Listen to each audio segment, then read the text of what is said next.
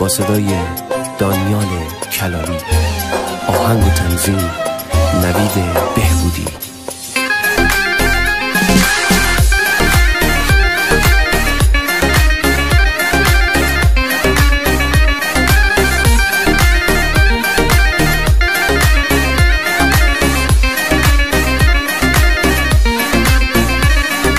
به سوز خونت عاشقی هرچی کشیدم از تو بود، خون خراب رو سرم گناه قلب من چی؟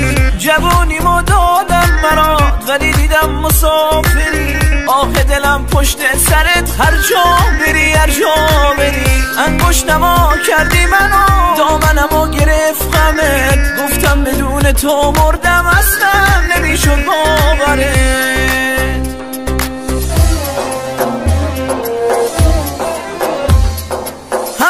اشکام سراسیره سو از چشم داره میره، یه روزی برمیگردی که واسه برگشتن دیره. هر شب با گریه و سیگار سر میکنم بدون تو، بفرین کنم یا نکنم چیکار کنم بدون تو. همش اشکام سراسیره سو از چشم داره میره، یه روزی برمیگردی که واسه برگشتن دیره. هر شب با گریه و سیگار سر میکنم بدون تو، نفرین کنم یا نکنم چیکار کنم بدون تو.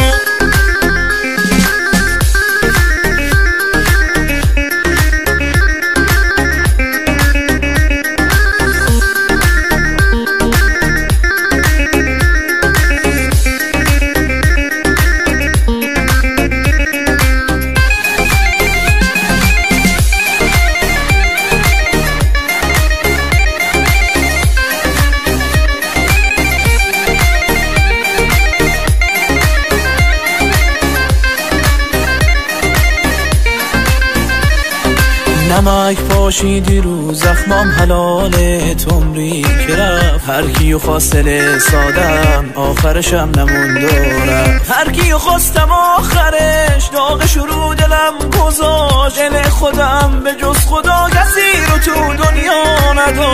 امان از این حال خراب ای داد از این بخت بدم، قسم خوردم که تو دنیا دیگه بگیش که دل ندا.